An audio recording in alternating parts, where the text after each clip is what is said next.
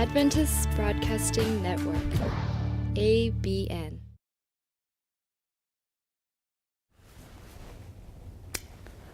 재림 성도 여러분 안녕하십니까? 벌써 또 일주일이 지났네요. 오늘은 10일과 그리스도인의 생활이라는 주제로 함께 말씀을 연구하겠습니다. 정말 날씨가 상당히 추워지고 눈도 내리는 그런 겨울이지만은 우리에게 말씀이 있다는 사실은 얼마나 기쁜지 모르겠습니다. 말씀을 통해서 추운 겨울이지만은 움츠러들기 쉬운 그런 겨울이지만은 말씀을 통해서 훈훈함을 서로 나누고 정말 따뜻함을 서로 전달하는 그런 겨울이 됐으면 좋겠습니다. 먼저 기억절 말씀 요한일서 3장 16절의 말씀을 보겠습니다. 그가 우리를 위하여 목숨을 버리셨으니 우리가 이로써 사랑을 알고 우리도 형제들을 위하여 목숨을 버리는 것이 마땅하니라. 네. 예수님께서 우리에게 목숨을 주셨고 목숨을 버리신 그 사랑을 우리가 알게 될 때 우리의 삶이 어떤 모습이 될까라고 하는 것을 보여주는 귀한 말씀인 것 같습니다. 여러분, 그리스도인이 된다는 것이 무엇을 의미할까요? 그리스도인으로 살아간다는 것이 어떤 의미가 있을까요? 우리에게 어떤 의미를 던져줍니까? 많은 경우에 이름뿐인 그리스도인들의 모습 때문에 기독교 전체가 도매금으로 비난을 받는 경우들이 있습니다. 그죠? 어떤 목사님이 교회를 어떻게 해가지고 팔아먹고 어떻게 한 그런 이야기들을 들을 때마다 정말 얼굴이 화끈거리고 창피하기 그지없습니다. 그리스도인이 된다는 것은, 그리고 그리스도인으로 살아간다는 것은 이론으로 멈추는 것이 아니라는 것입니다. 그것은 우리의 삶의 부분에서, 우리의 삶의 전 영역에서 나타나는 경험이 되어야 할 것입니다. 어떤 분들을 보면서 우리가 이렇게 이야기하기를 좋아합니다. 참 그분 믿음이 탁월하신 것 같다. 믿음이 참 좋으신 것 같다. 대부분 그런 분들을 보면은 이렇게 성경을 잘 가르치고 기도도 잘 하시고 또 성경에 대해서 정말 박식한 지식을 가지고 계신 분들을 보게 되는데요. 과연 우리가 성경을 많이 알면 믿음이 좋은 것일까요? 기도를 잘하면 그것이 믿음이 좋은 믿음의 증거일까요?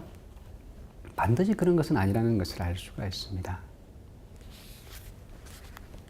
믿음은 지적인 어떤 이론이나 어떤 지식으로 끝나는 것이 아니라는 것을 우리가 너무나 잘 알 수가 있죠. 믿음이라는 것은 우리의 삶 자체에서, 그리스도의 삶의 전 영역에서 드러나는 경험인 것입니다. 교회에 이렇게 신앙을 시작하신 분들을 이렇게 보면은 안식일을 잘 배워가지고 혹은 어떤 성경의 여러 가지 진리들을 배워서 교회에 들어오시는 분들은 요즘은 거의 없습니다. 옛날에는 그런 분들이 꽤 계셨지만 요즘은 거의 없습니다. 왜 어떤 분들이 신앙을 시작하셨습니까? 스스로에게 한번 자문을 해보십시오. 왜 신앙을 이렇게 기독교인의 삶을, 그것도 재림교인의 삶을 죄송합니다. 시작하셨습니까? 이유가 뭡니까? 단순히 성경 지식을 배워서 된 경우는 그렇게 많지 않은 것을 보게 됩니다. 분명히 교회 나올 때는 어떤 분의 역할이 있었던 것을 우리는 부인할 수가 없습니다. 사람이 좋아서 그분의 가마를 통해서 그분이 다니는 교회는 나도 한번 가보고 싶다라는 그런 경험을 통해서 아마 교회를 나오게 되고 또 신앙을 시작하게 되었으리라고 생각이 됩니다. 물론 이제 들어와서 살면서 정말 진리에 대한 확신을 갖게 되고 더 이상 그분의 역할 때문이 아니라 이제는 정말 말씀 속에서 발견한 주님 때문에 교회에 머물게 되고 진리 속에 거하게 되기는 하죠. 그러나 시작은 뭡니까? 대부분의 경우 어떤 분의 가마를 통해서 이루어진다는 것을 보게 됩니다. 대쟁투라고 하는 큰 정말 역사적인 이 장면 속에서도 우리의 삶의 모습이 하나님의 대리자 역할을 한다는 사실을 기억하는 것은 대단히 중요한 것입니다. 그리스도의 삶의 중요성을 이번 한 주간 동안 우리가 살펴보게 되겠는데요. 일요일 소지는 우리가 청지기로서의 그 역할을 가지고 있다. 월요일 같은 경우는 청지기의 역할을 함에 있어서 구체적으로 그 11조 문제를 다루게 되고요. 화요일은 세상을 향해서 우리가 뭔가를 하기 위해서는 자기에 대한 사랑이 없이는 불가능하다는 사실을 우리가 보게 될 것입니다. 그러면서 또 다른 이제 그리스도인 삶의 중요한 부분, 결혼 문제와 사회적인 우리의 책임에 대해서 목요일 날 우리가 다루게 될 것입니다. 여러분, 그리스도인이 되었다는 것은 그리스도의 용서와 구원을 얻었다는 것을 의미하는 것입니다. 쉽게 말해서 그리스도인이 됐다는 것은 구원 받았다는 말입니다, 여러분. 구원 받기 위해서 그리스도인이 된 것이 아니라 구원 받았다는 사실을 입증해 주는 것이 그리스도인의 모습입니다. 구원받은 사람이 어떻게 사느냐를 말하는 것이 뭡니까? 청지기의 삶이죠. 여러분, 모든 것이 하나님으로부터 주어졌다는 사실을 깨닫고 사는 삶의 모습이 뭡니까? 청지기의 모습입니다. 그죠? 우리가 가지고 있는 모든 것, 심지어 내가 지금 하고 있는 호흡조차도 누구로부터 온 것? 하나님으로부터 왔다는 사실. 나의 생명과 나의 시간과 나의 재능과 물질, 모든 것이 내 것이 아니라 하나님에 의해서 주어진 선물 혹은 맡겨진 위탁된 것이라는 사실을 깨닫는 것이 청지기의 어떤 모습이죠. 우리는 그런 면에서 모두가 다 청지기들입니다. 하나님의 구원을 경험했고 정말 모든 것이 하나님으로부터 왔다는 사실을 깨닫고 사는 것이죠. 그래서 월요일 소지는 특별히 청지기 직분에 대한 올바른 깨달음을 위해서 하나님께서 우리에게 허락하신 귀한 어떤 제도를 보게 됩니다. 그것이 바로 11조 제도죠. 사실 비신자적인 입장에서 볼 때에 11조 혹은 시간의 11조라고 할 수 있는 7분의 1, 그죠? 안식일을 지키고 하는 것들은 너무 큰 헌신입니다. 너무 많은 희생과 같은 그런 느낌이 듭니다. 이런 것들 다 가지고도 내지 않고도 정말 우리의 삶이 빠듯한데 이것들 다 내고 살면 어떻겠습니까? 그러면 다 가난해가지고 못 살 것 같아요. 어떻게 생존이 가능할까? 10개 중에 하나를 낸다는 건 정말 세금 낼 때마다 아까운 생각이 들지 않습니까? 그죠? 근데 이건 너무 많다는 생각이 듭니다. 사실 하나님께서 보면은 이 시편 24편 1절에서도 보면 땅과 거기에 충만한 것과 세계와 그 중에 거하는 자가 다 여호와의 것이다라고 말씀하신 하나님, 천지와 만물을 지으신 하나님께서 그 모든 것을 다 소유하신 하나님께서 왜 11조를 요구하실까? 열의 하나를 요구하시고 시간은 7개 중에 하나를 요구하실까? 하나님이 너무 욕심이 많으신 것이 아닐까? 그런 생각 안 해보셨습니까, 여러분? 이런 것들이 과연 하나님께 필요하신 것일까요? 왜 이런 것들을 요구하셨을까요? 이것은 인간을 향한 하나님의 은혜의 계획이라는 사실을 알 수가 있습니다. 분명히 많아 보여요, 그죠?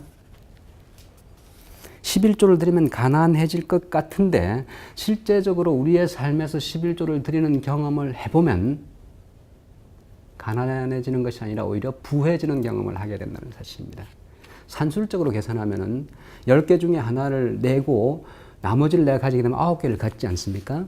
그런데 우리가 우리의 삶에서 해보는 것처럼 경험해보는 바와 같이 10개 중에 하나를 드리고 나면 하나님은 어떻게 하시냐면 20개, 30개를 주십니다.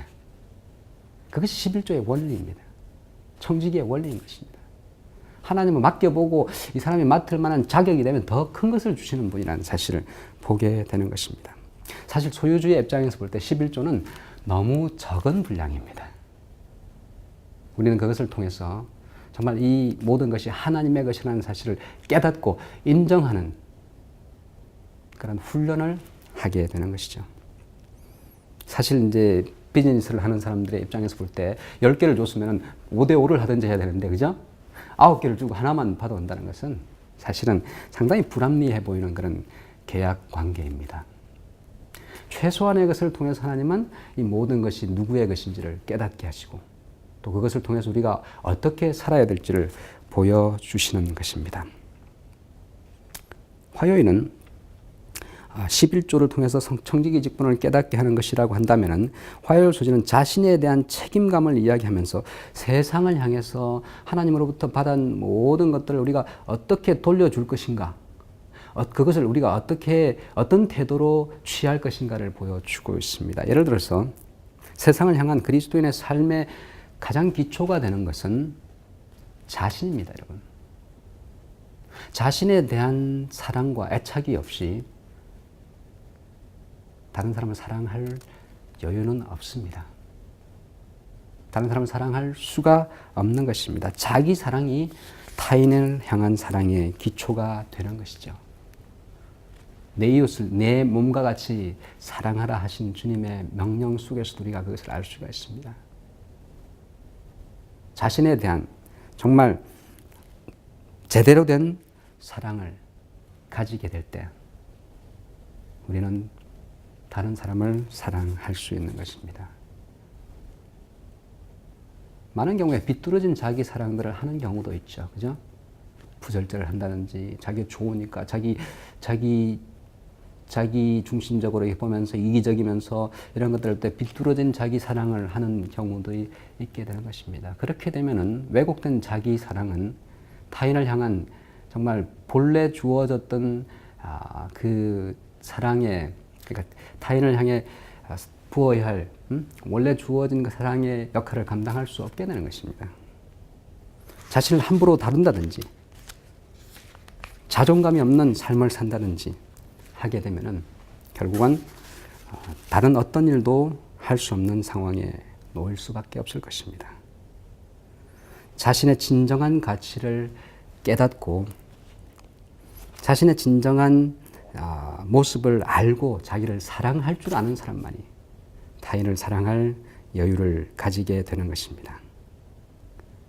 주님께서 우리에게 생명을 주셨고 우리의 생명이 고귀한 가치를 지니고 있다는 사실을 깨닫는 것은 중요한 출발점이 되겠죠. 이사야서 43장 7절을 보면 이렇게 이야기합니다. 물은 내 이름으로 일컫는 자 곧 내가 내 영광을 위하여 창조한 자를 오게 하라.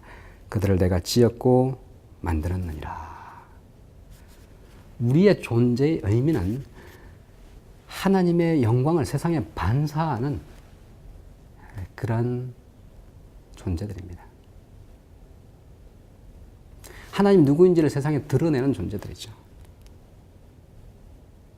그분의 품성은 사랑 자체이신데, 그죠? 그분이 우리에게 생명 자체이시고 빛 자체이신데,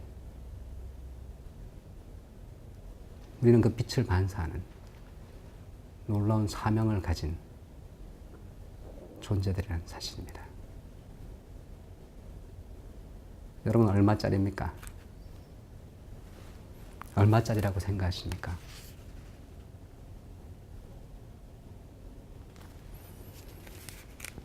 우리에게서 생명이 없고 우리 속에 사랑이 없으면 우리의 가치는 무가치합니다, 여러분.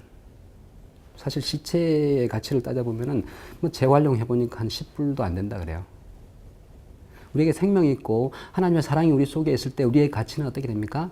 무한의 가치가 됩니다. 어떤 사람도 자기의 생명을, 자기의 목숨을 뭐 바꿀 수 있는, 온 세상과도 바꿀 사람은 없을 것입니다. 이런 고귀한 가치를 허락하신 하나님, 그분의 우리를 향한 뜻은 하나님의 사랑과 하나님의 은혜를 세상에 반사하는 역할을 하는 것입니다. 그분의 품성을 반사하는 삶을 사는 것이 그리스도인들의 삶의 모습입니다. 결국은 우리의 얼굴도 빛나게 되겠죠? 왜냐하면 우리 자신이 하나님의 놀라운 정말 고귀한 선물들이기 때문에 그렇죠.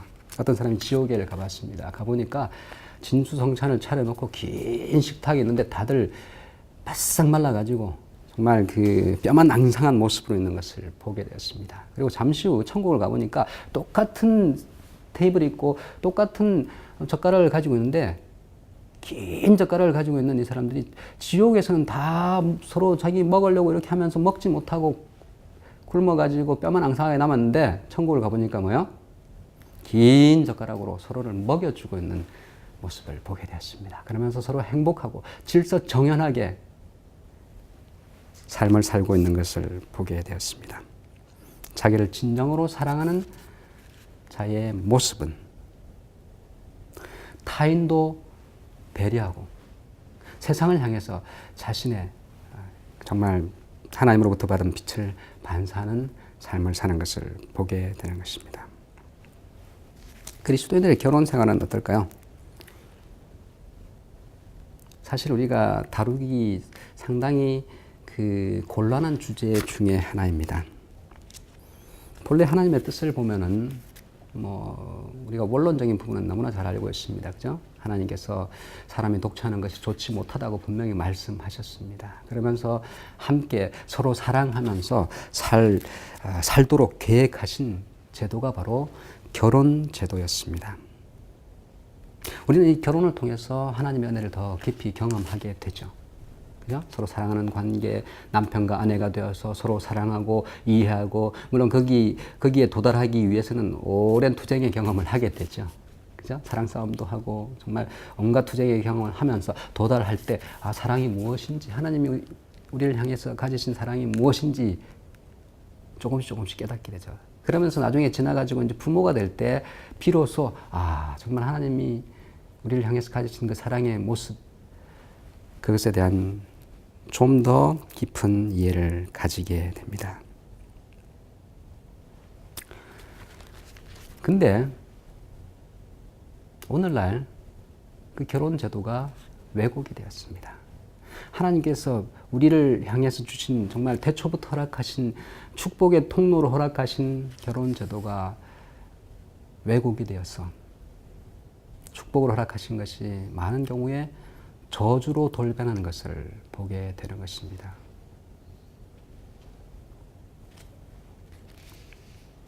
남녀가 정말 결혼이라고 하는 그 잘못된 결혼 때문에 고통을 당하고, 그것으로 인해서 그 자녀들까지 또 다른 가족들까지 고통에 내몰리는 것이 오늘날의 현실인지 모르겠습니다. 하나님께서 이런 현실적인 사실 때문에 하나님께서 본래 허락하신 결혼의 진정한 의미가 훼손되어서는 결코 안 될 것입니다. 어쩌면 사도 바울이 이런 것들을 바라보면서 나처럼 혼자 있는 것이 오히려 낫다라고 표현했는지도 모르겠습니다. 고린도전서 7장 8절에 보면 내가 혼인하지 않은 자들과 및 과부들에게 이르노니 나와 같이 그냥 지내는 것이 좋으니라. 이걸 가지고 또 극단적으로 적용하는 사람들이 있죠. 예외적인 사실, 특수한 사실을 일반화하는 것은 이단의 지름길입니다. 이단을 향해 갈 수 있는 지름길입니다, 여러분. 사도 바울이 이야기하는 이야기는 특수한 경우를 이야기하는 것이죠. 사도 바울 같은 경우는 평생 해외 선교사로서, 풀타임 선교사로서 살았습니다. 그죠? 다른 것에 자기의 어떤 집중력을 잃지 않고 오직 그 일만을 이루기 위해서 고통스러웠지만 어쩌면 결혼 생활과 가족이라고 하는 정말 그 안락한 울타리를 포기한 삶을 살게 되었죠. 어쨌거나 결혼이라고 하는 것은 하나님께서 우리에게 허락하신 정말 귀중한 그리고 신성한 제도입니다. 여러 가지 어려움들이 있다 할지라도 우리는 우리의 가정을 천국으로 삼고 만들어가는 것은 대단히 중요한 일입니다. 결코 남녀가 아래 위가 있는 것이 아니라 서로 동등하게 서로를 사랑하고 정말 운명 공동체로서, 남녀가 일체로서, 그리고 자녀들도 자신들의 소유물들이 아니라 하나님께 허락하신 선물이라는 사실을 기억하고 우리가 서로 사랑하면서 원래 허락하신 가정의 의미를 회복하게 될 때에 우리는 거기서 진정한 행복을 경험하게 될 것입니다. 그리고 우리의 가정들이 결국은 세상을 향한 귀한 빛이 될 것입니다. 야, 저 가정처럼 나도 우리 가정을 만들고 싶다. 작은 천국을 만들게 되기를 바라겠습니다. 그렇게 된다면은 정말 우리 가정들이 작은 교회들이 되고 또 작은 빛의 등대들이 되어서 어두운 세상을 밝히는 귀한 역할을 감당할 것입니다. 이런 그리스도인의 사명은 가정생활 이런 것으로 또 끝나지 않고 세상을 향해서 나아가는 것을 보게 됩니다. 그리스도인의 행위는 일터에까지 또 국가를 향한 의무에까지 뿐만 아니라 사회적 모든 우리가 속한 사회의 모든 영역까지 포함되는 것을 알 수가 있습니다. 사실 우리가 착각하고 많은 경우에 실수하는 경우들이 있는데 그것은 신앙과 삶을 분리하는 것입니다. 교회에서 열심히 설교 듣고 아멘하고 정말 감동받아서 눈물까지 흘리면서 교회에서 나아갈 때는 그것을 까마득하게 잊어버리고 직장 생활을 하는 것입니다. 철저한 이원론자로 살아가는 것이죠. 교회와 신앙과 삶을 분리해서 사는, 그것은 결코 하나님께서 바라시는 그리스도인의 삶의 모습이 아니라는 사실입니다. 우리는 이 세상에 살아가지만은, 세상 속에 있지만은 세상에 속하지 않은 존재로 부르심을 받았습니다. 여러분, 소금이 몇 프로나 되는지 아십니까? 바닷물에 3%밖에 안 된다는 3%. 5대양의 이 넓고 큰 바다에 3%의 소금밖에 없습니다. 3%밖에 되지 않는 소금이 온 세상에 있는 바다를 살아서 움직이게 만드는 것입니다. 우리는 그런 소금의 역할로 드러나지 않는다 할지라도 조용히, 그러나 묵묵히 자신의 역할을 감당할 소금들로서 부름을 받았다는 것입니다. 사회적인 어떤 관계 속이든지, 정말 집안에서뿐만 아니라 혹은 교회에서뿐만 아니라 사회에서, 이웃과 또 직장에서 어떤 곳에서 할지라도 우리는 그런 그리스도인으로 부름을 받았다는 사실입니다. 그리스도인의 삶은 교회 안에서와 교회 밖의 삶이 결코 구별되지 않습니다. 오늘 이 시간 혹 교과를 통해서 받았던 감동은 여기에서 머무는 것이 아니라 세상을 향해서 가져가야 될 우리의 감동인 것입니다. 그리스도의 삶은 교회 안에서와 교회 밖에서의 삶이 결코 동떨어져 있지 말아야 될 것입니다. 교회에서 받은 감동을 세상을 살아가는 원동력으로 삼는 일주일이 되었으면 정말 좋겠습니다. 감사합니다.